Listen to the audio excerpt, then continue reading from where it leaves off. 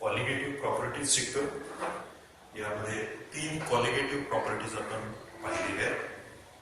त्यामध्ये पहिली property lowering of vapour pressure, दुसरी प्रॉपर्टी आपण पाहिली इलेव्हेशन इन बॉइलिंग पॉइंट, तिसरी प्रॉपर्टी आपण पाहिलेली आहे depression in freezing point.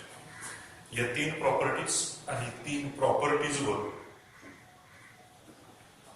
Solution तयार करताना जो नॉन व्होलाटाईल सोल्यूट आपण डिझॉल्व्ह करतो त्या सोल्यूटचं मोलार मास कसं डिटरमाइन केलं जातं हे आपण ह्या 3 प्रॉपर्टीजवरून पाहिलेलं आहे.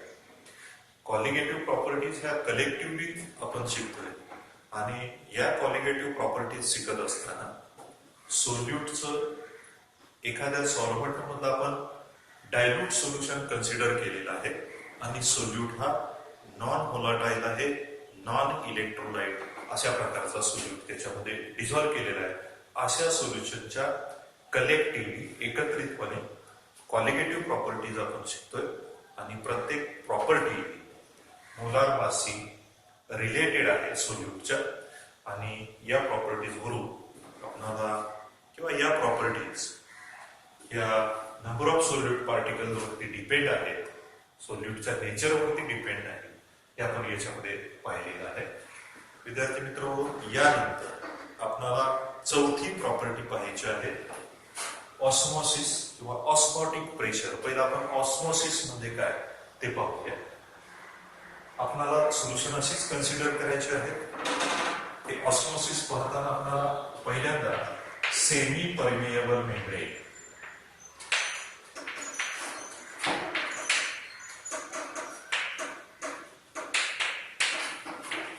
सेमी परमिएबल मेम्ब्रेन याचा अर्थ पाहावा. एक प्रकारचं मेम्ब्रेन आहे, आवरण म्हणूया आपण, एक थिन पडदा असा आहे, मेम्ब्रेन आहे की ज्या मेम्ब्रेनची पोर साइज अशा पद्धतीची आहे की ज्याच्यामधून फक्त सॉल्व्हंटचेच मॉलिक्यूल पास होऊ शकतात. लार्जर सोल्यूट पार्टिकल्स या मेम्ब्रेनच्या पोर्स मधून पास होऊ शकत नाही. हे एक विशिष्ट अशा प्रकारचं मेम्ब्रेन आहे. ऑस्मोसिस या क्रियेमध्ये आपल्याला ते वापरता येतं. त्याला आपण सेमी परमिएबल मेम्ब्रेन म्हणतो. A membrane which allows only solvent molecules to pass through it, but not the solute particles, is called semi-permeable membrane. आता हे semi-permeable membrane ऑस्मोसिस क्रियेमध्ये कुठं फिट केलेलं असतं. बघा, 2 ऑस्मोसिस साठी ही क्रिया दाखवतो. इथं 2 कंटेनर आहेत आणि हे आहे सेमी परमिएबल मेम्ब्रेन.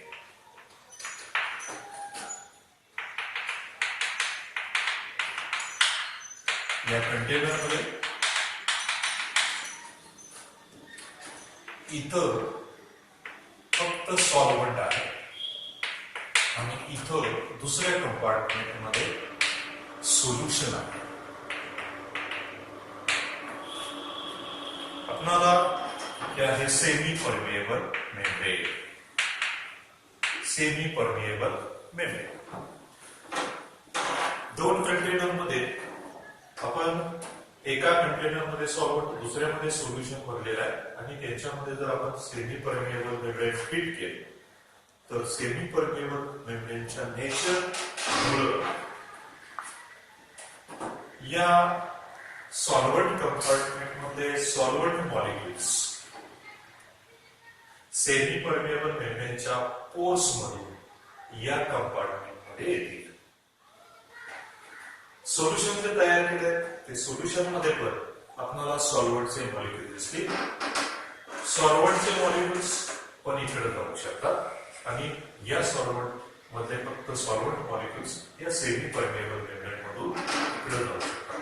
आणि या कंपार्टमेंट मध्ये सॉल्व्हंट बरोबर सोल्यूटचे पण पार्टिकल्स आहेत, पण सोल्यूटचे पार्टिकल्स सेमी परमिएबल मेम्ब्रेन मधून इकडे पास होऊ शकत नाही.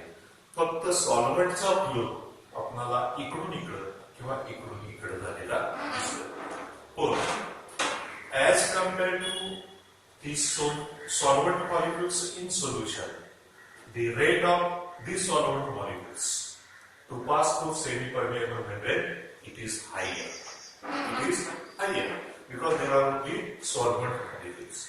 हे solvent molecules high rate आपल्याला या सोल्युशनच्या कंपार्टमेंटमध्ये सेमी परमेबल मेम्ब्रेन मधून पास झालेले दिसतात.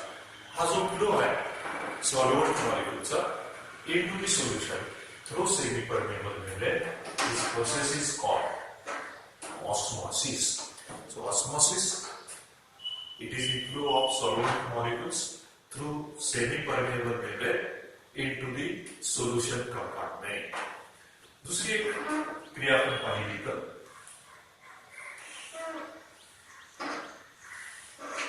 इतर दोन कंपार्टमेंट आहेत.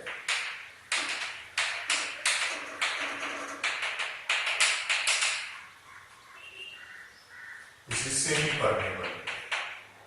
या कंपार्टमेंट मध्ये आहे सोल्युशन ऑफ लो कॉन्सन्ट्रेशन आणि इथे solution of high concentration. Solution of high concentration अशी दोन कंपार्टमेंट ज्याच्यामध्ये दोन्हीकडेही सोल्युशन्स आहेत. पण या सोल्युशनचं कॉन्सन्ट्रेशन लो आहे, या सोल्युशनचं कॉन्सन्ट्रेशन हाय आहे आणि दोन सोल्युशन्स ही सेमी परमेबल मेम्ब्रेननी सेपरेट केलेली आहेत. मग इथं काय होतं, दोन्हीकडे सोल्युशन्स आहेत पण इथले solvent molecules solution of low concentration मध्ये solvent molecules semi permeable membrane मधून हाय रेटने सोल्युशन ऑफ हाय कॉन्सन्ट्रेशन कडे पास झालेले दिसतात. हा जो सॉल्व्हंट मॉलिक्युलचा फ्लो आहे, आता इथं सोल्युशन आहे, इथं सोल्युशन आहे, इथं सोल्यूट पार्टिकल्स आहेत, याही सोल्युशन मध्ये सोल्यूट पार्टिकल्स आहेत. पण solute particles they remains as it is. They doesn't flow through the semi-permeable membrane. Only solvent molecules from the low concentration, it flows through the semi-permeable membrane towards the solution of high concentration. आता हा flow कुठपर्यंत होईल? Solution of low concentration to solution of high concentration, जोपर्यंत दोन्ही सोल्युशनची concentrations equal होत नाहीत तोपर्यंत. म्हणजे असा जो फ्लो आहे, हा फ्लो होण्यासाठी आपल्याला कुठल्याही प्रकारची एनर्जी किंवा फोर्स लावायला लागत नाही. म्हणून हा जो फोर्स आहे किंवा फ्लो आहे तो आहे स्पॉन्टेनियस. म्हणून ऑस्मोसिसची क्रिया कशी आहे? स्पॉन्टेनियस क्रिया आहे. It offers on its own without requiring any external help. म्हणून डेफिनेशन आपल्याला अशी करता येईल, the net spontaneous flow of solvent molecules into the solution through semi-permeable membrane, or flow of solvent molecules from the solution of low concentration to the solution of high concentration through semi-permeable membrane is called osmosis. Is called osmosis. Semi permeable मेम्ब्रेनची pore size अशी आहे की ज्याच्यामधून फक्त solvent molecule pass होऊ शकतात, solute molecules pass होऊ शकत नाहीत. म्हणून आपल्याला फ्लो फक्त कशाचा दिसतोय? सॉल्व्हंट मॉलिक्युलचा फ्लो दिसतोय. कुठून? फ्रॉम सॉल्व्हंट टू सोल्युशन किंवा from solution of low concentration to solution of high concentration through semi permeable membrane spontaneously. This process is called osmosis. या प्रोसेसला आपण ऑस्मोसिस असं म्हणूया. So what is osmotic pressure?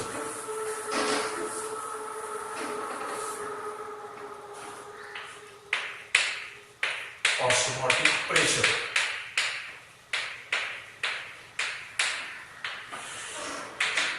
एक experiment आहे का? याच्यावरून आपल्याला ऑस्मोटिक प्रेशर काय आहे ते समजेल.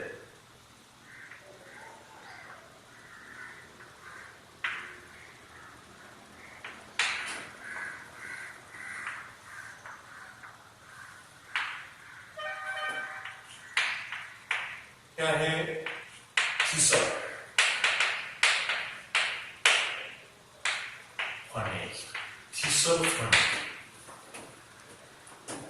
आता ह्या थिसल फनेलला इथं थिसल फनेल इथं उलटी दिसते, आणि आपण सरळ अशी केली तर या थिसल फनेलमध्ये आपल्याला एक प्रकारचं सोल्युशन भरता येईल.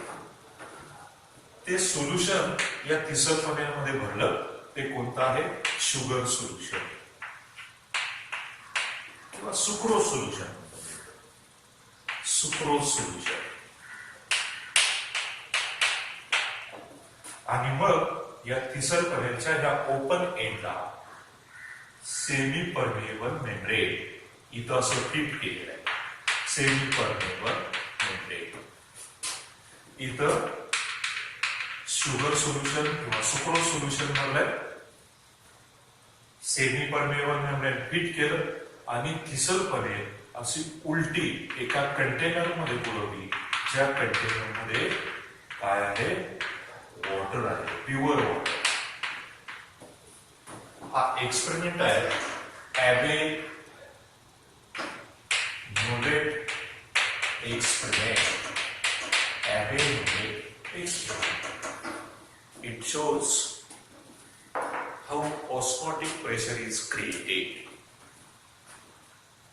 बघा परत एकदा, थिसल फनेल आपण सरळ केली तर ऍक्च्युली अशी असते.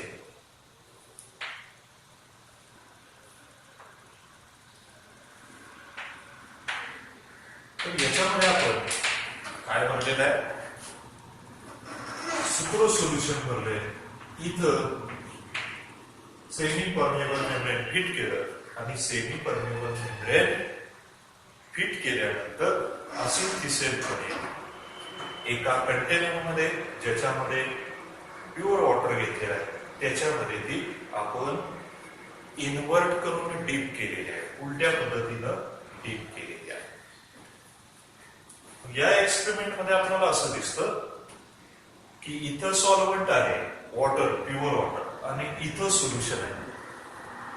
या ठिकाणी आपल्याला ऑस्मॉसिसची क्रिया सुरू झालेली दिसेल, आणि वॉटर मधलं सॉल्व्हंट किंवा वॉटरचे सॉल्व्हंट मॉलिक्युल्स जे आहेत, हे सॉल्व्हंट मॉलिक्युल्स ऑस्मॉसिस क्रियेमुळे या सेमी परमेएबल मेम्ब्रेन मधून या सोल्युशन मध्ये प्रवेश करतील, ऑस्मॉसिस कडे, आणि या थिसल फनेलमध्ये या सुक्रोज सोल्युशनचं व्हॉल्यूम वाढेल, आणि या थिसल फनेलच्या कॉलम मध्ये आपल्याला अशी लिक्विड लेवल वाढत गेलेली दिसून येईल.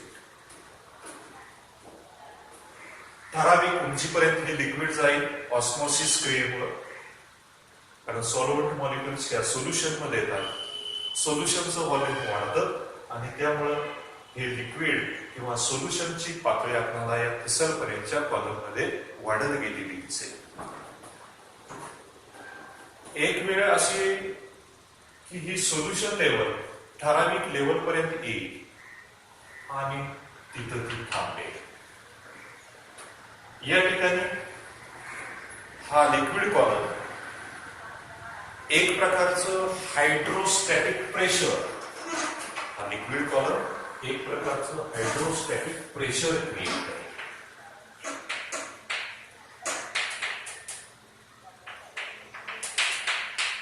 हायड्रोस्टॅटिक प्रेशर या लिक्विड कॉलमने प्रोड्यूस केलेलं प्रेशर, की ज्या हायड्रोस्टॅटिक प्रेशर इकडचे जे सॉल्व्हंट मॉलिक्युल्स या लिक्विड सोल्युशन मध्ये प्रवेश करतात, त्यांना हे हायड्रोस्टॅटिक प्रेशर अपोज करेल, आणि मग इथली लिक्विड लेवल याचा फ्लो जो वर जात आहे हे सोल्युशन, तो फ्लो कमी होईल, आणि काही वेळाने तो फ्लो किंवा ती लेवल एका जागी स्थिर होईल. यावेळी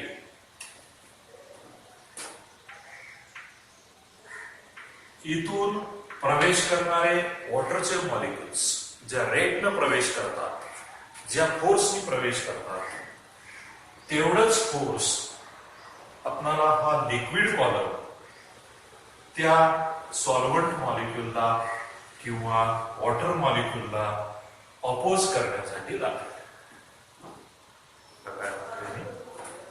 ऑस्मॉसिस क्रिया सुरू झाल्यानंतर याच्यातली सोल्युशनची पातळी लेवल वरती येईल. वरती आल्यानंतर कॉलममध्ये हायड्रोस्टॅटिक प्रेशर क्रिएट होईल. हे हायड्रोस्टॅटिक प्रेशर वरती येणाऱ्या मॉलिक्यूलला अपोज करेल, सॉल्व्हंट मॉलिक्यूलला, वॉटर मॉलिक्यूलला अपोज करेल आणि एक वेळ अशी येईल की ही लिक्विड लेवल हळूहळू वर येऊन काही वेळाने एका ठिकाणी स्थिर होईल. त्यावेळी आपल्याला असं दिसेल की इकडून पास होणारे सॉल्व्हंट मॉलिक्युल्स किंवा वॉटर मॉलिक्युल्स आणि हायड्रोस्टॅटिक प्रेशर की जे वरून अपोज करते ऑस्मॉसिस क्रिया, हे दोन्ही इक्वल होतील आणि इथं आपल्याला एक प्रकारचा इक्विलिब्रियम निर्माण झालेला दिसतो की ज्या इक्विलिब्रियमच्या वेळी दोन्ही क्रिया एकाच रेटनी चालू असतील. कोणत्या? सॉल्व्हंट मॉलिक्युल्स वरती जाणार आणि वरून प्रेशर त्याला अपोज करणं, या दोन्ही क्रिया एकाच रेटनी सुरू होतात आणि म्हणून लिक्विड लेवल एका जागी स्थिर होते. यावेळी या लिक्विड कॉलमनी जे प्रेशर क्रिएट केलेलं असतं त्याला म्हणायचं ऑस्मॉटिक प्रेशर. त्याला काय म्हटलं जातं? Osmotic pressure is called osmotic pressure. म्हणून it is the pressure which opposes osmosis is called osmotic pressure. या प्रेशरला आपण ऑस्मॉटिक प्रेशर असं म्हणतो. हे एपेनोलेट एक्सपेरिमेंटनी आपल्याला एक्सप्लेन केलेलं आहे. ऑस्मॉटिक प्रेशर कशाला म्हणायचं? It is the hydrostatic pressure which opposes the upward flow of solvent molecules, which opposes the osmosis, is called osmotic pressure. This osmotic pressure is represented by pi. It is represented by pi. Osmotic pressure pi, it is equal to H rho G. Osmotic pressure pi, it is equal to H rho G, where H, it is the height of the liquid column, rho, it is the density of the solution, and G is the acceleration due to gravity. या सगळ्यांचं multiplication म्हणजे काय असतं? Osmotic pressure H, height of the liquid column, rho, it is the density of the solution, and G, it is the acceleration due to gravity. So this is the osmotic pressure, that is the hydrostatic pressure which is created by the liquid column which opposes the osmosis, is called osmotic pressure. Then isotonic solutions. याचा अर्थ आपल्याला बघायचा आहे. कशाला म्हणता येईल isotonic solutions?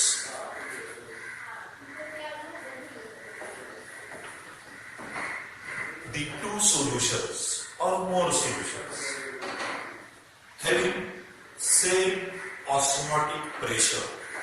The two or more solutions having same osmotic pressure are called isotonic solutions. For example, if we take 0.1 molar urea solution and 0.1 molar sucrose solution.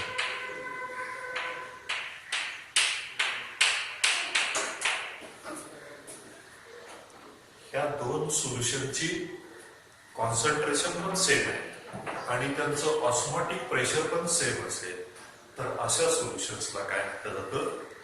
Isotonic solutions असं म्हणतात.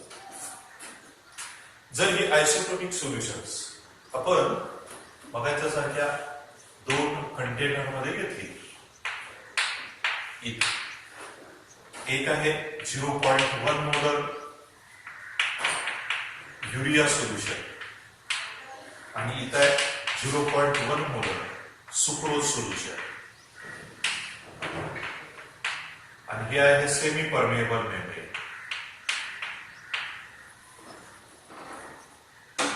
तर त्यांची जर ऑस्मॉटिक प्रेशर सेम असतील तर कोणत्या सोल्युशनचा flow कोणत्या solution मध्ये झालेला दिसेल, तर आपल्याला कुठंही कोणत्याही सोल्युशन मधले सॉल्व्हंट मॉलिक्युल्स फ्लो झालेले दिसणार नाही, कारण दोन्हींचेही ऑस्मोटिक प्रेशर सेम आहे.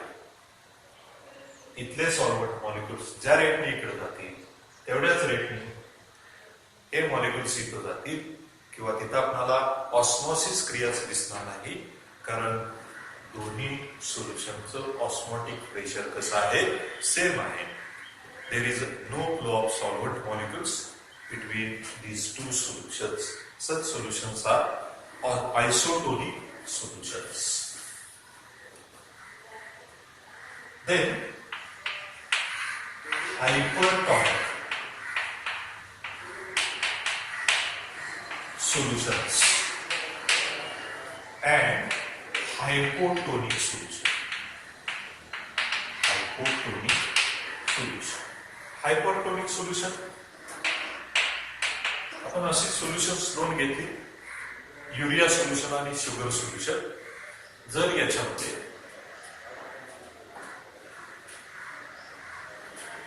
सुक्रोज सोल्युशनचं ऑस्मोटिक प्रेशर हे युरिया सोल्युशन पेक्षा हायर असेल ऑस्मोटिक प्रेशर, तर या सुक्रोज सोल्युशनला हायपरटोनिक सोल्युशन असं म्हटलं. The solution having osmotic pressure greater than the osmotic pressure of the other solution is called hypertonic to other solution.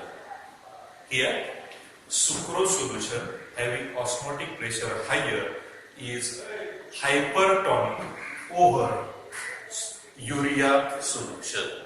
ज्याचं osmotic pressure जास्त आहे त्याला हायपरटॉनिक सोल्युशन असं म्हटलं जातं. जर युरिया सोल्युशनचं ऑस्मोटिक प्रेशर कमी असेल तर त्याला हायपोटोनिक सोल्युशन असं म्हणायचं. The solution having osmotic pressure lower than that of the other solution, then that solution is hypotonic over other solution. Sucrose सोल्युशनचं ऑस्मोटिक प्रेशर हायर आहे, युरिया सोल्युशनचं ऑस्मोटिक प्रेशर कमी आहे. Sucrose solution hypertonic to urea solution, तर urea solution it is hypotonic to sucrose solution असं म्हटलं जातं. Osmotic pressure equal असणारी isotonic solution, osmotic pressure higher असणारी hypertonic solution, osmotic pressure lower असणारी हायपोटोनिक सोल्युशन्स असतात. या टर्म तुम्हाला लक्षात ठेवता येईल. यानंतर ऑस्मोटिक प्रेशर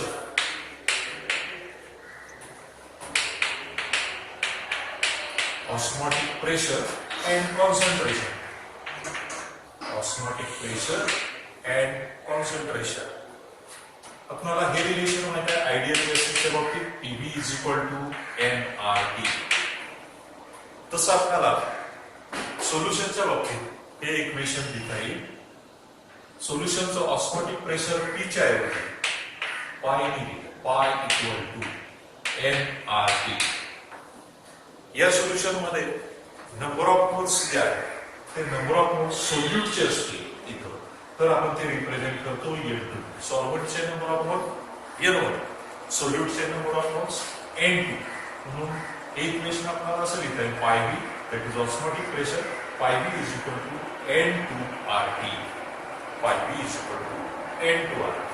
हेच इक्वेशन असं होईल pi is equal to N2RT upon V.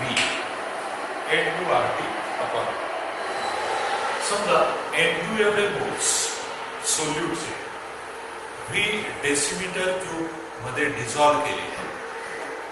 N2 moles V decimetre cube मध्ये डिझॉल्व केले तर N2 अपॉन V हे याचं कॉन्सन्ट्रेशन होतं आणि समजा हे कॉन्सन्ट्रेशन आपण मोलॅरिटीच्या स्वरूपामध्ये एक्सप्रेस केलं कॉन्सन्ट्रेशन.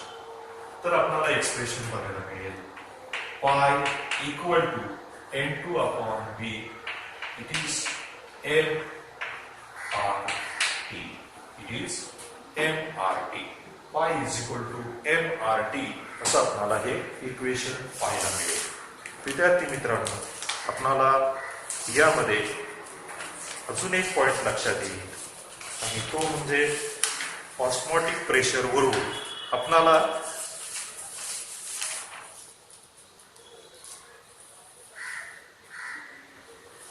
मोलार मास कसं डिटरमाइन करता येतं ते याच्यावरून सांगता येईल. आता या इक्वेशन मध्ये आपण जर नंबर ऑफ मोल्स लिहिले, या इक्वेशन मध्ये नंबर ऑफ मोल्सची किंमत लिहिली तर आपल्याला इथं इक्वेशन बघायला मिळेल. याच्यासाठी आपण मोलॅरिटी ही टर्म वापरली, number of moles upon V. या इक्वेशन वरून नंबर ऑफ मोल्स मी इथं जर लिहिले तर इक्वेशन मला लिहिता येईल. नंबर ऑफ मोल्स सोल्यूटचे कसे लिहितो आपण, जर असं सोल्युशन तयार केलंय की ज्याच्यामध्ये सोल्यूटचं मास घेतलंय W2 आणि त्याची मोलार मास आहे M2, तर आपल्याला माहिती आहे अगोदरच्या 3 प्रॉपर्टीज मध्ये नंबर ऑफ मोल्स कसे काढले, मास डिवायडेड बाय मोलार मास. जर सोल्यूटचं मास W2 असेल आणि मोलार मास M2 असेल तर नंबर ऑफ मोल्स सोल्यूटचे काय होतात N2. इथं N2 ची किंमत मी लिहिली पाय इज इक्वल टू, मी परत इक्वेशन लिहितो, पाय इक्वल टू N2 त्याची किंमत लिहिली W2 अपॉन M2. इथं RT आहे असेल, आणखी एक P इथं आहे W2 अपॉन M2. N2 ची किंमत आहे RT अपॉन V आहे तसं लिहिलं आपल्याला pi equal to W2 upon M2 RT upon V असं एक्सप्रेशन मिळेल.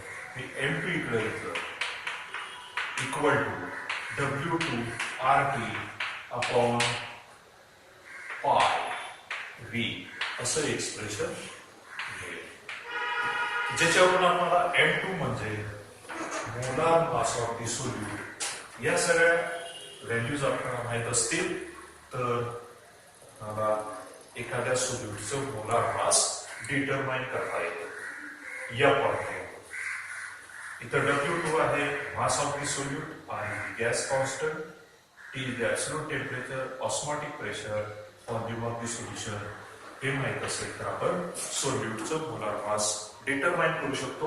याचाच अर्थ ऑस्मॉटिक प्रेशर हे नंबर ऑफ सोल्यूट पार्टिकल्सची डिपेंड आहे आणि म्हणून इथे लिहिलंय N2 म्हणजे moles of the solute concentration त्याच्याशी प्रोपोर्शनल आहे. म्हणून ऑस्मॉटिक प्रेशर ही एक कॉलिगेटिव्ह प्रॉपर्टी आहे आणि या फॉर्म्युल्याने ऑस्मॉटिक प्रेशरवर आपल्याला एखाद्या सोल्यूटचं मोलार मास डिटरमाइन करता येईल. याच्यावरही प्रश्न विचारला जाऊ शकतो, define osmosis, how molar mass of the solute is determined by using osmotic pressure. तुम्हाला हे मोलार मास कसं डिटरमाइन करता येतं ते सांगण्यात आलं आहे.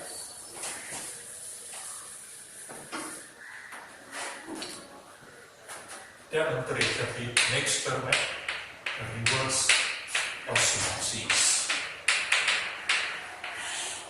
जर आपण RO असेल,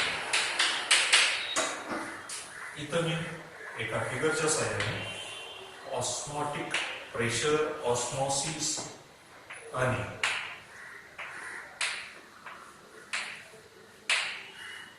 रिव्हर्स ऑस्मोसिस काय हे एक्सप्लेन करणार आहे. इथं मी या कंटेनरमध्ये वॉटर, या कंटेनरमध्ये सॉल्ट सोल्युशन घेतलेलं आहे.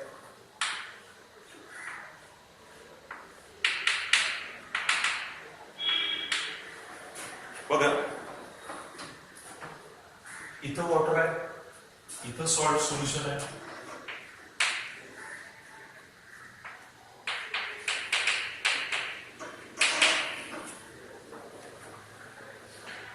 आणि इतर सेमी परमेबल मेम्ब्रेन,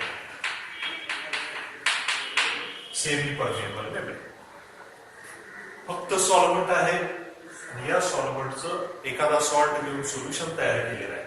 दोन कंपार्टमेंट जर आपण सेमी परमेबल मेम्ब्रेन सेपरेट केली तर आपल्याला ऑस्मोसिस झालेलं दिसेल, spontaneous flow of water into the salt solution. हा इथं दिसेल solvent molecules semi permeable membrane मधून सॉल्ट सोल्युशन मध्ये प्रवेश करतील. आपल्याला ऑस्मोसिस क्रिया झालेली दिसेल. ऑस्मोसिस क्रियेमध्ये आपल्याला इथं ऑस्मोटिक प्रेशर क्रिएट झालेले दिसेल, हायड्रोस्टॅटिक प्रेशर क्रिएट झालेलं दिसेल, ऑस्मोटिक प्रेशर क्रिएट झालेलं दिसेल आणि हे ऑस्मोटिक प्रेशर या सॉल्व्हंट मॉलिक्युलला काय करेल, ऑपोज करेल. हे ऑस्मोसिस क्रिया आपल्याला थांबवायची असेल, ऑपोज करायची असेल तर आपल्याला या ऑस्मोटिक प्रेशर जे क्रिएट झाले, ऑस्मोटिक प्रेशर जे क्रिएट झाले त्याच्यापेक्षा जास्त एक्सटर्नल प्रेशर या सोल्युशन साइडने आपण अप्लाय केलं पिस्टनच्या साइड. काय सांगितलेलं आहे, त्या ऑस्मोसिस क्रियेमध्ये ऑस्मोटिक प्रेशर क्रिएट केलं आणि मग ऑस्मोसिस मध्ये इकडचे वॉटर मॉलिक्युल्स इकडे प्रवेश करतात. ऑस्मोटिक प्रेशर जे क्रिएट होईल त्याच्यापेक्षा जास्त आपण पिस्टनच्या साह्याने एक्सटर्नल प्रेशर इकडून अप्लाय केलं तर इकडचे वॉटर मॉलिक्युल्स इकडे येण्याच्या ऐवजी या सॉल्ट सोल्युशन मध्ये वॉटर मॉलिक्युल्स किंवा solvent molecules semi permeable membrane मधून इकडे जाऊ शकतात आणि इथून आपल्याला फक्त वॉटर मॉलिक्युल बाहेर पडलेले दिसतील जे असतील प्युअर वॉटर. याला रिव्हर्स ऑस्मोसिस असं म्हणायचं. म्हणजे ऑस्मोसिस क्रिया एक्सटर्नल प्रेशरच्या सहाय्याने जर अपोज केली, रिव्हर्स केली तर आपल्याला सॉल्व्हंट मॉलिक्युल्स इकडे जाण्याच्या ऐवजी सोल्युशन मध्ये सॉल्व्हंट मॉलिक्युल्स इकडच्या प्युअर सॉल्व्हंट मॉलिक्युल्स मध्ये प्रवेश करतील आणि इकडच्या ओपनिंग मध्ये बाहेर पडतील. ऑस्मोसिस क्रिया आपण एक्सटर्नल प्रेशरच्या सहाय्याने अपोज करतोय. या क्रियेला म्हणायचं रिव्हर्स ऑस्मोसिस. आपण जे घरामध्ये वॉटर फिल्टर वापरतो ज्याला आपण ॲक्वागार्ड म्हणतो त्याच्यामध्ये आरओ सिस्टीम असते. आरओ सिस्टीमचा अर्थ रिव्हर्स ऑस्मोसिस याच्यामध्ये क्रिया वापरलेली असते आणि त्यामुळे आपल्याला इथं प्युअर वॉटर आपल्याला मिळू शकतं. हे आहे ऑस्मोसिसच्या विरुद्ध क्रिया ज्याला रिव्हर्स ऑस्मोसिस असं म्हणायचं. विद्यार्थी मित्रांनो, आजच्या या लेक्चर मला काय काय लक्षात ठेवायचंय तर मी बऱ्याचशा टर्म एक्सप्लेन केलेल्या आहेत. ऑस्मोसिस मध्ये काय, पहिलं सेमी परमेबल मेम्ब्रेन काय, a membrane which allows only solvent molecules but not the solute particles to pass through. It is called semi-permeable. Osmosis, net and spontaneous flow of the solvent molecules into the solution or from solution of low concentration to solution of high concentration through semi-permeable membrane is called osmosis. नंतर आपण osmosis मध्ये osmotic pressure कसं create होतं ते Abbe Nollet एक्सपेरिमेंटनी पाहिले. Osmotic pressure it is the hydrostatic pressure created by the liquid column to oppose the osmosis is called osmotic pressure. एबेनोलेटचं experiment पाहिले. ऑस्मोटिक प्रेशर आणि कॉन्सन्ट्रेशन ऑफ द सोल्युशन यांचं relation काय ते पाहिलेलं आहे. पायबी इज इक्वल टू N2RT हे आपण रिलेशन पाहिलेलं आहे. ऑस्मोटिक प्रेशर वरून मोलार मास कसं डिटरमाइन करायचं एखाद्या सोल्यूटचं तेही पाहिलेलं आहे. त्यानंतर सोल्युशनचे प्रकार त्या ऑस्मोटिक प्रेशरवर पाहिले. आयसोटोनिक सोल्युशन्स मध्ये काय, हायपरटोनिक सोल्युशन मध्ये काय, हायपोटोनिक सोल्युशन्स मध्ये काय आणि शेवटचा पॉइंट याच्यामध्ये आपण पाहिलेला आहे रिव्हर्स ऑस्मोसिस. विद्यार्थ्यांनो, इथे 4 प्रॉपर्टीज समजा. या टॉपिक मध्ये महत्वाचं आपण सोल्युशनचे प्रकार पाहिले. त्यानंतर सोल्युशनच्या सोल्युबिलिटीवरती इफेक्ट करणारे फॅक्टर्स कोणते आहेत ते पाहिलं. वेपर प्रेशर म्हणजे काय, अराउंड्स लॉ काय, त्यानंतर मग आपण या क्वालिटेटिव्ह चार प्रॉपर्टीज महत्वाच्या पाहिलेल्या आहेत की ज्यांच्यापासून आपल्याला मोलार मास डिटरमाइन करता येतं. विद्यार्थी इथं हा टॉपिक संपलेला आहे, इथं मी थांबतो. नेक्स्ट लेक्चरला आपल्याला नेक्स्ट टॉपिक सुरू करायचा आहे. Okay, thank you.